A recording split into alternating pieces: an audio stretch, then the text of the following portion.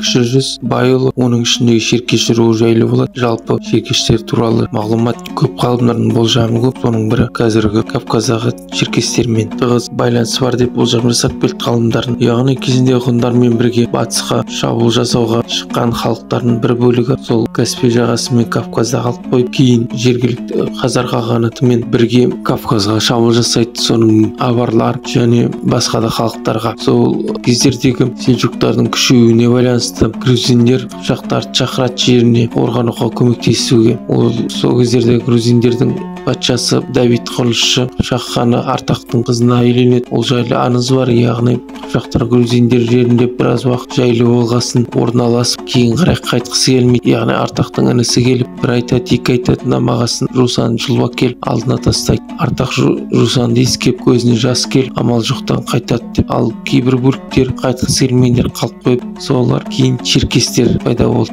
Жалпы черкеш руы Алтын Ордада ықпалды болып, көп болжамдар және ДНК сараптамасы бойынша олар әрине байұлынан шығады. Яғни оны тығыз Алша татар руымен байланыстырады. Ол жайлы Кіші жүз шежіресі бөлімде шығарылым бар, каналда толыққан қараймын десеңіздер. Яғни Алша татарлар Шыңғыс ханның және оның немересі Батайдың да қайын жұрты болып келеді. Әрі татарлар кезінде Есугейді олар өлтірді деген Монғолия территориясына көптеген Алша татардың өкілдерін Шыңғыс хан өлтіргенмен қайын жұрты болғасын Батайды саналап, осы жоршылысында аман қалады. Қайта жоршылысында көтеріліс шығарғасын төрелер тұқымдары үнемі черкештердің басшыларын төрелерден, яғни көтеріліске шықпас үшін және сайлап отқан, өз астаналарының қасынан жер бөліп беріп отқан. Кейін бірақ 14 ғасырларда атақты Ноғайды қолдап черкештер көтеріліс болғанда, яғни Ноғай қолдаған үшін черкештерге өздерінің арасынан басшы сайлауға рұқсат береді, яғни мырзаны. Ал 15 ғасырларда сол черкештердің арасынан шыққан Қажы мырза уақытша болса да Алтын Орданың тағына таласта. Шыңғыстың ұрпағы төрелерге жатпаса да уақытша болса да ел билейді Алтын Орданы. Бұл кездерде жалпы Алтын Ордада 20 жылдай ма 25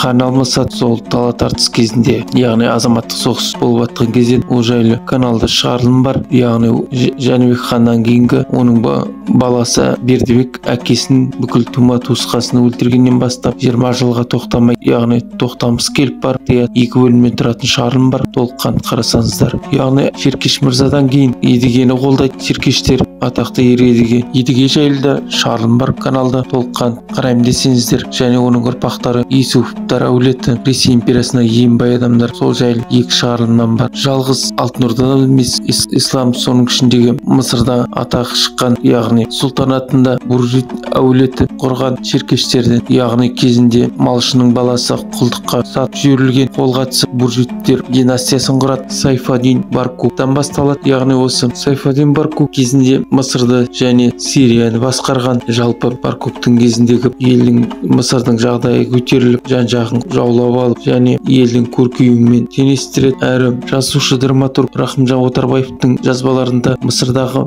үлкен қорым бар, көне өлі қала дейтін. Сол қорымда жалпы 117 сұлтан шыққан, осы черкеш руынан шыққан деген, соның бәрі болжам бар. Қазақ хандығында кезінде черкештер Есім ханды қолдап және оңтүстік Қазақстан территорияларына дейін көшіп жүр. Есім хан өлгеннен кейін Каспий теңізі Астраханға дейін көшіп бөлініп кетті біраз уақытқа дейін. Ал кейбір рудың бір бөлігі әлі күнге дейін оңтүстік Қазақстан территориясында тұрады. Жалпы кейін 17 ғасырларда қалмақтардың күшеюіне байланысты, яғни қалмақтардың сол Каспий маңына еділдің сол жағалауында өзінің хандығын құрып, черкештерді ығыстыра бастады. Сосында кейін қазақ хандығына қайта қосылуға мәжбүр болды. Черкештер қазіргі Атырау территориясына қарай көшіп келді. Қазақ жоңғар шапқыншылық кезінде черкештен ел қол басқарып шыққан атақты Шығырай батыр бар. Кейін осы черкештер өзінің ұранын сол Шығырай деп шабады жауға қарсы. 18 ғасырда черкеш рулары Әбілқайырдың саясатын қолдамайды, яғни Ресей империясының құрамына кіру. Жалпы бүкіл қазақтар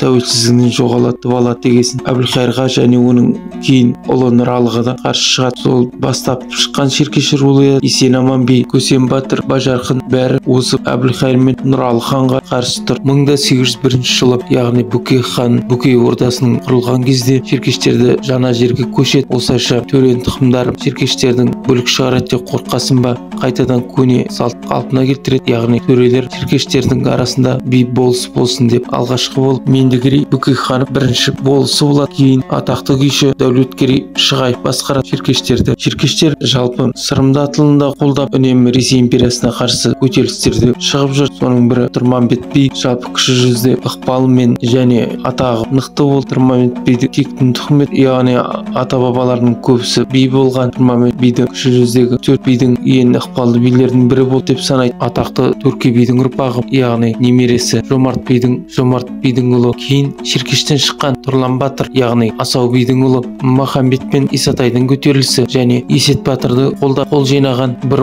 оқиғамен есте қалды халық арасында. Қысқа айтсақ, ол оқиғаны, яғни Тұрлан батырдың жайлауын бір ауыл келіп рұқсатынсыз көшіп келіп мал жайылып жүргенін көреді. Барыс жөн сұрасса, Тұрлан батыр келіп қараса, яғни төренің тұқымы Дәулетқарым екені оны өлімші қылып сабады. Тұрлан батыр, яғни төрелердің біреудің жерін алған қайдан көрдім деп өлімші қылып таяқшығаннан кейін Орынбордағы Әлеке сұлтанға келіп Тұрлан батырдың үстіне шағымданады. Әлеке Баймағамбет бүкіл төрелерге қол көтерген, дұрыс емес деп қол жинап осы шеркештер еліне келеді. Әлеке сұлтанның қолымен және Тұрлан батырдың жігіттерінің арасында қырғын болайын деп тұрғанын сезген Байбақты руынан шыққан Байтуар би келіп сөз сөйлейді. Яғни Әлеке сұлтанға сұрақ қояды: төрелер елді билей ме, әлде жерді билей ме деп. Сол кезде Әлеке сұлтан айтады: әрине халықты елді билейді деп. Онда жерді сол халыққа қалдыр, елді биле деп. Сөз таба алмай қалған Әлеке сұлтан жеңілгенін мойындайды. Исатай мен Махамбеттің көтерілісіне қатысқан тағы бір батыр би Малтахан би, яғни атақты қазақтың жазушысы Тайыр Жароковтың атасы болып келеді. Тағы бір тұлға шеркеш руынан шыққан, бала кезінен Бөкей ордасында тәлім-тәрбие алған, кейін Оренбургте білім алған Мақаш Тұрмағанбетов атақты билердің руынан шыққан. 1801 жылы Александр үшіншінің барып делегацияның 4 осы кіші жүздің сұлтандарымен қосылып барып патшаның алдында орыстардың қазақтарды шоқындыруын қойсын деген талап айтты. Сол кездегі бүкіл орыс аристократияларын шошындырып, және Нұрпейіс қажының досы болды. Нұрпейіс қажы кезінде дәулетті кісі болған. Меккеде қазақтарға арнап ең бірінші жатақхана салдырып, яғни қажылыққа барған қазақтардың паналайтын жер. Және 1916 жылы патшаның үкімі бойынша қазақтарды тыл жұмыстарына соғысқа алып кетеміз деген үкіміне қарсы қол жинап қарсы көтеріліске шыққан адамның бірі. Және шеркеш руының ішінде көп айтылмайтын махаббат жыры бар. Секер сұлу жайлы. Қазіргі Ақтөбе облысы Ойыл ауданындағы кесенесі бар. Серкеш сұлудың атақты бір байдың тоқалынан туған жалғыз қызы болады. Яғни ол ғашық болып құда түсіп келген кезде 3 күн ойын, 3 күн тойын жасап, Серкеш сұлу туған жерін қоштасам деп жылқысына мініп Ойыл өзенінде жағалап келеді. Байқамай жылан шағып алып сорада қаза табады. Соның құрметіне үлкен кесене салдырады. Ал ғашық болған жігіт құса болып ауылына кетіп өледі. Осы жайында жырлаған біздің заманымызға дейін жеткен аңыз бар. Серкеш сұлудың биік 15 метрлі мұнаралы кесенеден қазір үйіндісі қалып Ойыл ауданында. Жалпы шеркеш руынан көптеген 20 ғасырда да тұлғалар шықты. Соның бірі сол Тайыр Жароков, Өтемісов деген академиктер шықты. Және жарқын жұлдызы эстраданың Асанәлі Әшімов, қазақтың батыр қыздарының бірі Мәншүк Мәметова, тағы да басқа. Және кинорежиссер әлемге танылған Тимур Бекмамбетовті айтуға болады. Осылай айта берсе, ұлы тұлғалар көп. Шеркеш руынан бір шағырында жетпес. Ағайын, өз ой пікірлеріңіз комментарий жазып кетеріңіздер. Және каналды қолдап, каналға жазылып, жан-жаққа таратсаңыздар үлкен қолдау болар еді. Толыққан тыңдауларыңызға көп рахмет.